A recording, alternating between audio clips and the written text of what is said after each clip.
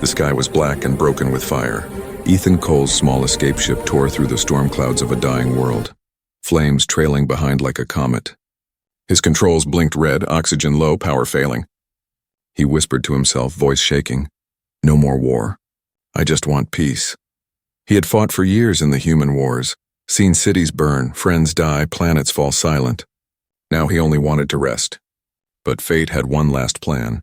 The ship crashed through a wall of thunder, landing hard on a stretch of glowing sand. Metal screamed. The hull split open. Silence followed. Ethan crawled out, coughing.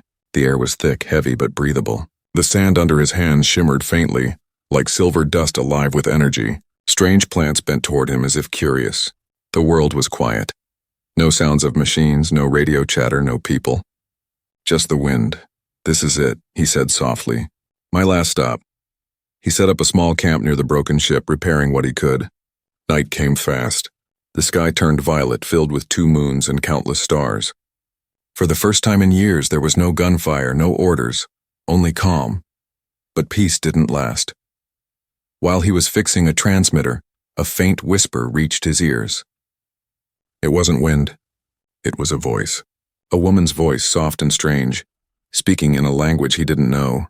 It echoed inside his head, not through the air. He froze. "Who's there?" No answer. The forest beyond his camp swayed as if breathing. The voice came again, clearer this time. The one who fell from the sky. "He has come." Ethan stood, scanning the shadows with his blaster ready. "If someone's out there, show yourself." The forest lights blinked like eyes, then faded. Silence again. Hours passed. He didn't sleep. The voice had felt real, too real. His soldier instincts told him this planet wasn't empty. In the morning, he explored the area. Strange ruins rose from the ground, tall stone towers covered in glowing symbols. They looked ancient, older than human history. As he walked closer, his wrist scanner beeped. The energy around the ruins matched human technology, but thousands of years old. "How can that be?" he whispered. Inside one of the ruins, he found carvings, humanoid shapes, tall and elegant, with light streaming from their hands. They surrounded a figure that looked human. The carvings seemed to tell a story, a man from the stars coming to bring life to their dying world. Ethan stared at it, uneasy. It couldn't be coincidence.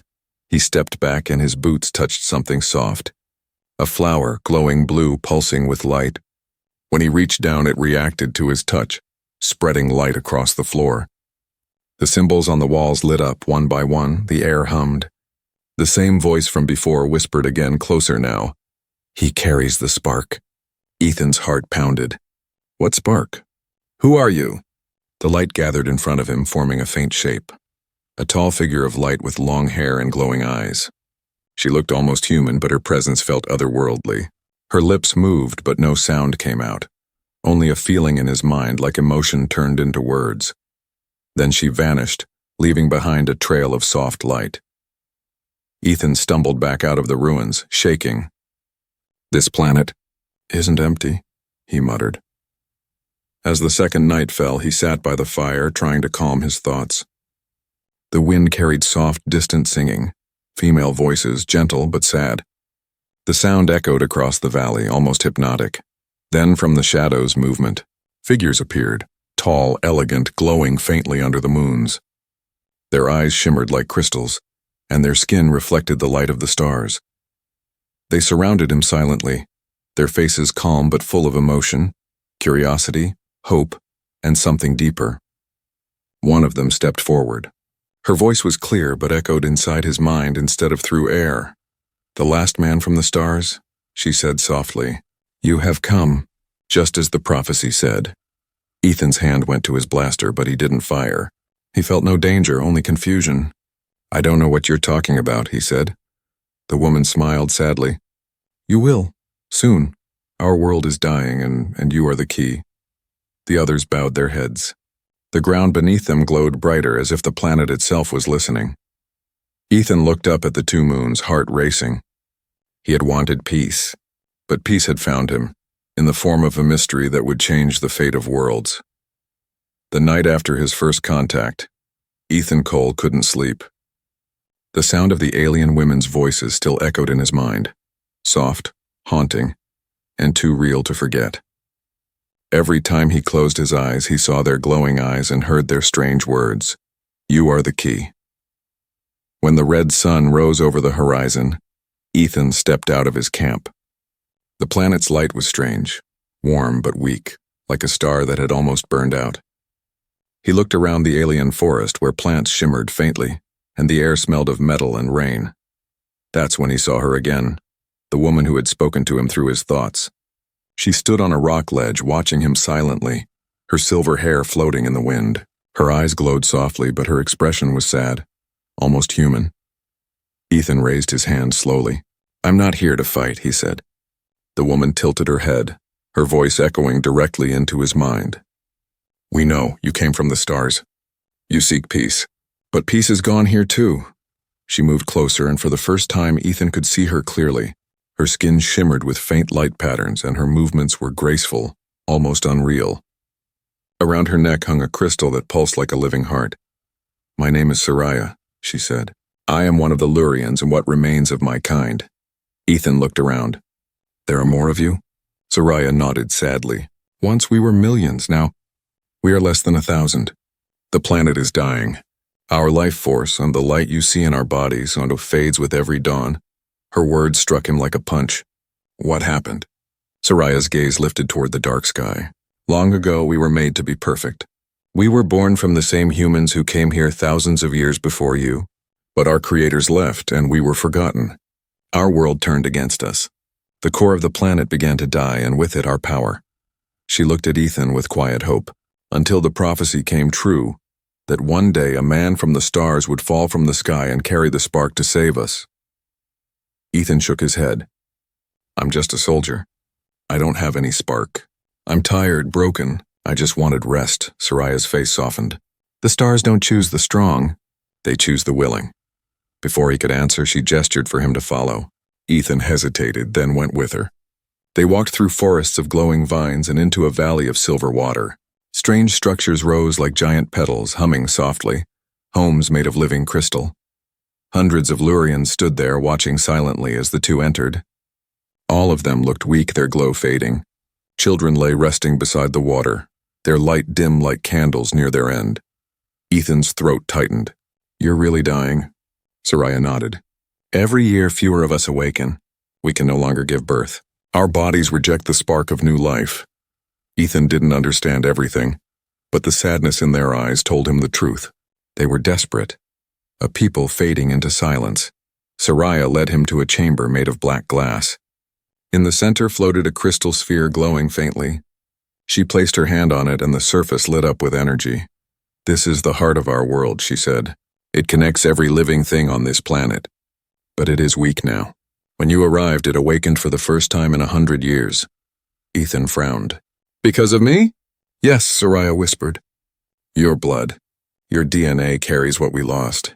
The link between our kind and the humans who made us. He stepped back, uneasy. You're saying you want to use me. We want to save our world, she replied quietly. But the core chose you, not us. Only you can touch it without dying. Ethan stared at the glowing sphere. It pulsed like a heartbeat, and every pulse matched his own. He could feel it, the planet breathing with him. He turned to Soraya. And if I refuse? Her eyes dimmed. Then our world ends. Every life here fades into the dark, and you will be alone again. Silence filled the chamber. The hum of the core grew louder as if listening to their words. Ethan's heart pounded.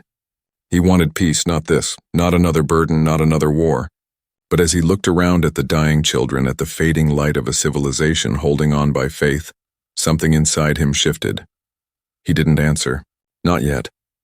That night, as he sat alone under the twin moons, he heard the whispers again. Thousands of voices all saying one word in the wind, choose.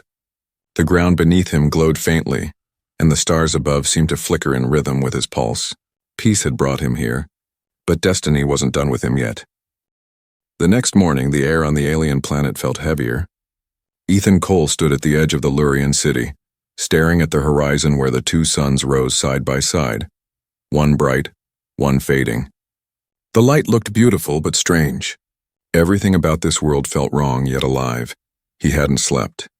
Soraya's words kept replaying in his mind. You are the key. He didn't want to believe it. He wasn't a hero, not anymore. He was a broken soldier who ran from war, and yet somehow this world called to him like a memory he had forgotten. Behind him, Soraya approached quietly. Her glow was softer today, dimmer. She looked tired, almost fragile. "You haven't eaten," she said gently. "I'm not hungry," Ethan replied. "I'm trying to make sense of all this. You said your people came from humans. How is that even possible? Humans never reached this far." Soraya looked toward the distant ruins, her voice low. "They did, long ago. Before your history was even written. The first explorers came from your kind, searching for new worlds. But when their ship crashed here, they could never return. Over generations, they changed. And became us," Ethan frowned. "So you're saying your people are human descendants?" "In part," she nodded. "But our creators changed themselves with the planet's energy. They mixed flesh with light. They called it the Lurian bond, a connection to the planet's living core. It gave them power, but it came with a price." She touched the crystal at her throat. "When the core weakens, we weaken too. That is what's killing us." Ethan turned away, staring at the dry riverbeds glowing faintly under the suns. "And this prophecy? What does it actually say?" Soraya hesitated, then began walking toward an ancient hall. Ethan followed. Inside, the walls were covered in carvings. The same symbols Ethan had seen before, but now glowing with new light. In the center stood a tall statue, a human man in armor, surrounded by Lurian women. His hand was raised toward the sky, and from it streams of light spread across the stone. Soraya's voice echoed softly. "The prophecy speaks of a wanderer from the stars, a man born from fire and loss. He would fall upon our dying world, and his blood would awaken the sleeping heart." Ethan stared at the statue, the man's face. It looked human, familiar even. A shiver ran through him. "This can't be real." Soraya stepped closer to him. "You came through fire. You carry the same pattern as the one who made us. Your DNA matches the ancient signal in our archives. You are not just a man, Ethan, you are their echo." He shook his head. "No, I'm just a soldier. I didn't come here to save anyone." Soraya's eyes glowed faintly. "You didn't come. You were brought." That sentence hit him like lightning. "What do you mean?" Ethan asked sharply. Soraya turned toward the glowing crystal embedded in the floor. "The heart of the world called you. It found you drifting between stars, lost and ready to end your journey. It pulled you here. It chose you." Ethan stepped back, shaking his head. "You're saying your planet dragged my ship down? That's impossible." "The core is alive," Soraya said calmly. "It can bend gravity, shape energy. It reached across the void for you." Ethan's hands clenched. His crash wasn't an accident. He had been taken, pulled into this dying world like a puppet on invisible strings. He looked around the glowing chamber. The carvings seemed to shift in the light, showing scenes of destruction. Stars burning, ships falling, cities collapsing, and always the same figure standing in the center. A man with human eyes, holding light in his hands. The realization chilled him. It wasn't just prophecy. It was a plan written long before he was born. Soraya placed a hand on his arm. "We don't want to harm you, Ethan. We only want to live. But the heart will not stop until you choose." He stared at her, his voice low. "Choose what?" "To join with it," she whispered. "To become one with our world. To restore the bond your kind broke." Ethan's pulse raced.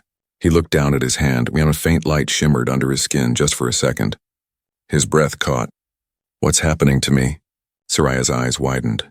"It has already begun." The chamber lights flared. The floor trembled softly, and a deep hum filled the air. The same hum he'd heard the night before. The planet was awakening again, and this time it was calling his name.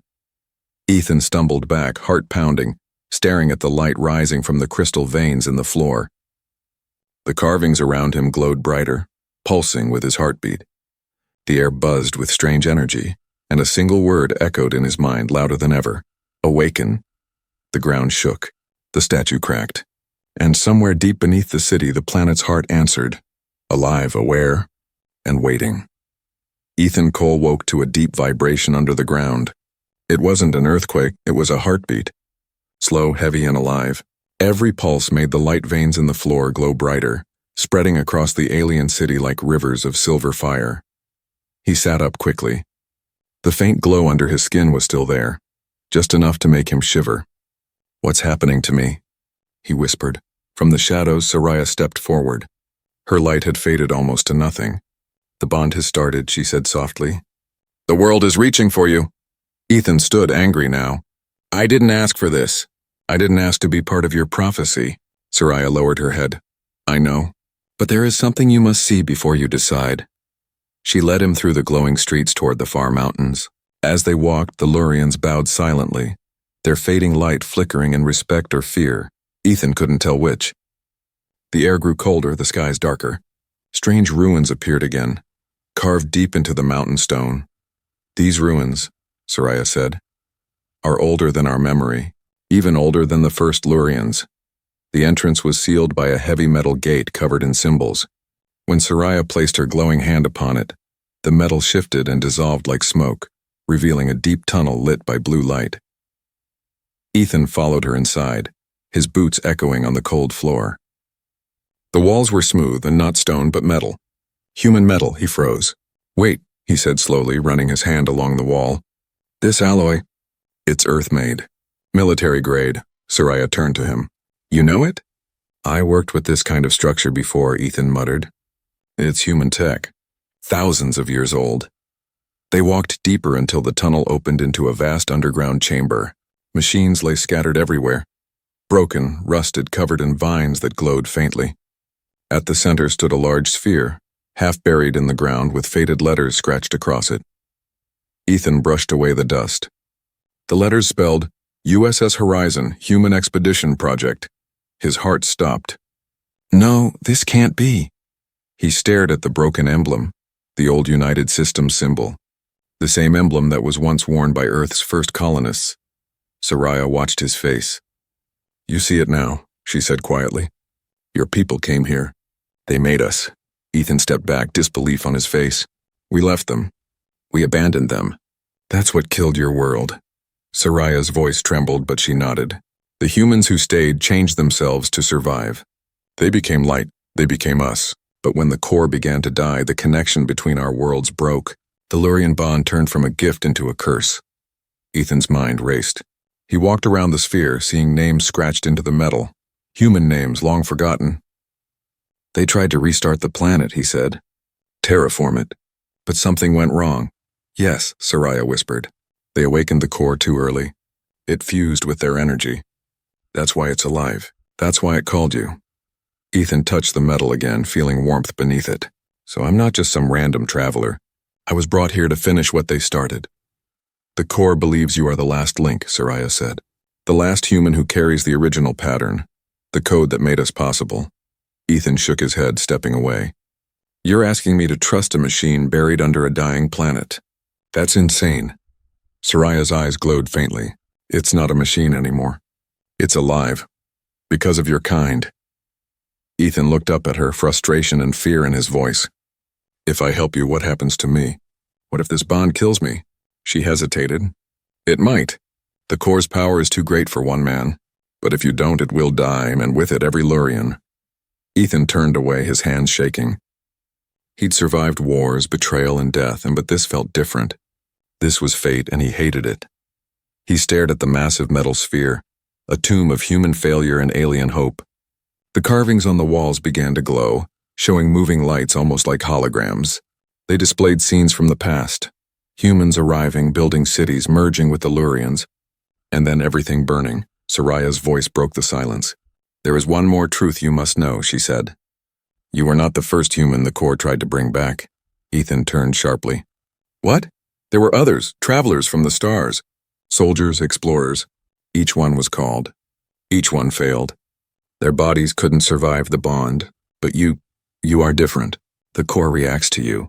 Ethan's pulse raced. So what am I then? Soraya stepped closer. Maybe not just human anymore. The chamber lights flickered. The machines hummed weakly, like old ghosts trying to breathe again. And then, a voice echoed through the hall. Not Soraya's, not human, but deep and metallic, filled with ancient power. He has found the truth, it said. The bridge must awaken. Ethan spun around, eyes wide. The metal sphere glowed bright white, and symbols raced across its surface like lightning. Soraya grabbed his arm. We have to go. It's waking. But Ethan couldn't move. He was staring at the glowing words forming across the sphere. Words written in human language. Project Bridge, Phase 2. Initiated.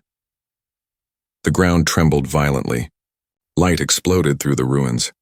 The walls shook and a beam of blue fire shot upward into the sky. Ethan's body was surrounded by light and the same voice echoed once more. Calm, powerful, and cold.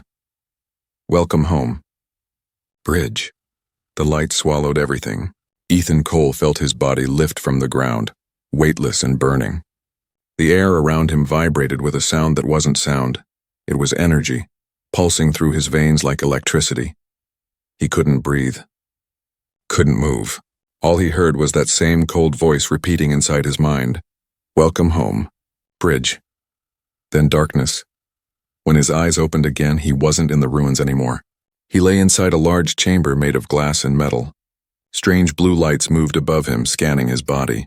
His reflection glowed faintly, veins of light running under his skin like living circuits. He sat up fast, dizzy. What did you do to me?" he whispered. A calm voice answered. "It wasn't us." Soraya stood outside the glass wall, her eyes full of worry. "The core took you inside. You touched its heart." Ethan pressed his hand to the glass.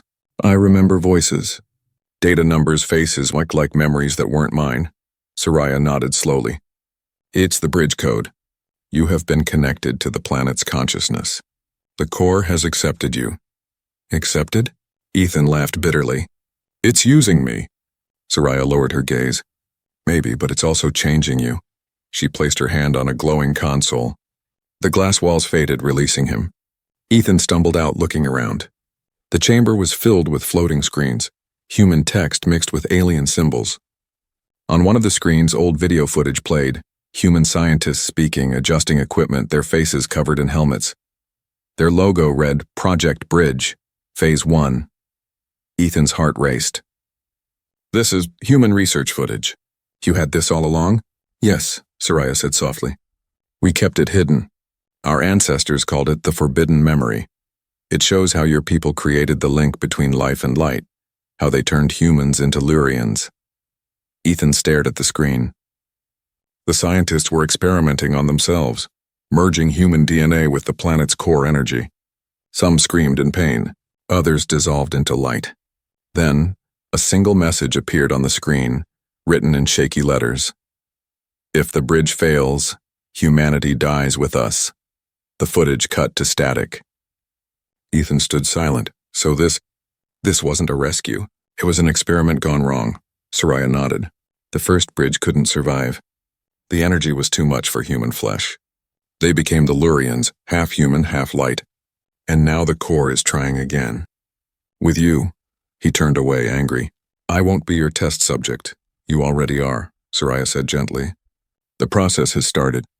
The core is merging with your cells. You can't undo it now." Ethan's breathing quickened. He looked down at his arm. Faint blue light pulsed under his skin, spreading toward his fingertips. When he touched the metal wall, it hummed, reacting to him. "It's reading your thoughts," Soraya said. "You're connected. Every emotion you feel, the core feels too." Ethan backed away, shaking. "Then I'll fight it. I'll cut the link." "You can't," Soraya whispered.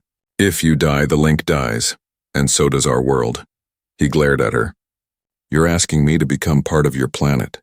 Soraya met his gaze. "No, I'm asking you to save it." The ground rumbled softly. The lights flickered. Outside, through the chamber's transparent walls, Ethan saw the horizon. The sky was changing color, turning deep red. Storms of light swirled in the distance. "The planet is reacting to you," Soraya said. "Your presence wakes the heart. But it's unstable. If you resist the bond, it might destroy everything." Ethan closed his eyes. He could feel it now. A presence in the back of his mind. Not human, not alien, but vast and aware. It was watching him, feeling his fear, his confusion, his pain. "You are not alone," the voice whispered inside him. "You are the bridge. Through you we live," he screamed, clutching his head. Images flashed before his eyes. The ancient humans, the experiments, the Lurian births, and finally, a burning earth fading into dust. When it stopped, he was on his knees, breathing hard. Soraya knelt beside him, her face full of worry. "What did it show you?" Ethan's voice was quiet. "It showed me what happens if we fail." Soraya touched his shoulder. "Then don't fail. He looked up at her glowing face, her trembling hands. She wasn't lying. She truly believed he could save them. Maybe she even cared. But somewhere deep inside, Ethan knew the truth. The core wasn't saving him. It was rewriting him. The hum grew louder. The walls of the chamber began to vibrate. Energy surged through the floor, crawling up Ethan's body. His heartbeat matched the rhythm of the world. Soraya stepped back, eyes wide. "It's synchronizing with you again!" Ethan's voice trembled. "I can feel everything. The air, the ground, the oceans, and it's alive." Blue light exploded from his chest, flooding the room. Machines sparked. Symbols danced across the walls. The core's voice returned, louder, everywhere at once. "Human and Lurian shall be one. The bridge must complete." Soraya tried to reach him, but a wall of light pushed her back. Ethan floated above the floor, eyes glowing, veins burning like stars. He shouted against the voice. "I didn't come here to be a god." The voice replied, calm, unstoppable. "Not God. Beginning." And then, silence. The light faded slowly. Ethan fell to the ground unconscious, the glow in his veins now steady, alive. Soraya knelt beside him, whispering through tears. The experiment worked. The bridge is real. Outside, the red sky turned pale blue for the first time in centuries, and somewhere deep beneath the planet, the heart began to beat stronger. When Ethan Cole opened his eyes, the world looked different. The colors were sharper. The air shimmered like liquid light. He could hear things, faint whispers beneath the wind like the planet was breathing beside him. He tried to sit up, but energy pulsed through his body, heavy and alive. His veins glowed faint blue under his skin, fading and brightening with each heartbeat. He wasn't just human anymore, and that truth terrified him. Soraya stood beside him, her silver hair glowing softly. She looked both relieved and afraid. "You're awake," she said softly. "The bond didn't kill you. It completed." Ethan rubbed his head, still dizzy. What happened to me?" "The core merged with you," Soraya said. "You are part of this world now. The first true bridge between human and Lurian." He looked down at his hands. Faint lines of light moved like rivers beneath the skin. When he touched the ground, it responded. Soft waves of light spread outward as if the planet recognized him. He pulled his hand back quickly. "It's alive," Soraya nodded. "And it listens to you now." Ethan stood, feeling strange strength moving through him. "I didn't want this. I never wanted to become some kind of savior," Soraya interrupted gently. "Neither did our ancestors. But the world chose you. The core doesn't make mistakes." Ethan's jaw tightened. "It took away my choice." She stepped closer. "Maybe, but it also gave you purpose." Outside the chamber, the red skies were slowly turning blue. The air shimmered with soft light as plants began to bloom again for the first time in decades. The ground pulsed like a heartbeat, calm, steady. The Lurians stood across the valley, watching Ethan in silence, their eyes full of awe. Some whispered prayers. Others cried. Soraya turned to him. "They can feel your heartbeat. The world moves with it. You are connected to everything now. To us, to the planet, to the stars." Ethan looked out over the valley. For the first time, he could feel life. The soil beneath his feet, the rivers flowing miles away, even the faint hum of the planet's core deep below. Every living thing was connected through a web of light, and at the center of it all was him. But along with the beauty came something darker. He felt the planet's pain too. The old wounds, the dying lands, the fading souls. The bond had opened him to everything, and it hurt. He clutched his chest, gasping. "It's too much. Too loud." Soraya placed her hands on his shoulders. "Breathe. Focus. Don't fight the connection. Guide it." He closed his eyes, breathing deeply. Slowly, the chaos in his mind began to calm. The energy flowing through him steadied, turning from wild lightning into a soft current. The planet responded. The wind slowed, the light brightened, and the ground stilled. Soraya smiled faintly. "You're learning fast." Ethan opened his eyes. "I can control it. For now," she nodded. "The core will teach you more. You're its link to the physical world. Without you, it cannot act," he frowned. "You mean it thinks through me?" "In a way," she said. "You are its hands, its heart, its will." Ethan shook his head, overwhelmed. "So I'm a tool?" Soraya's voice softened. "No, you're the bridge. Without you, neither of us can survive." He looked into her glowing eyes and saw something more than duty there. Warmth, fear, hope. In that moment, they weren't human or alien, just two souls caught in something far greater than themselves. A soft silence filled the air.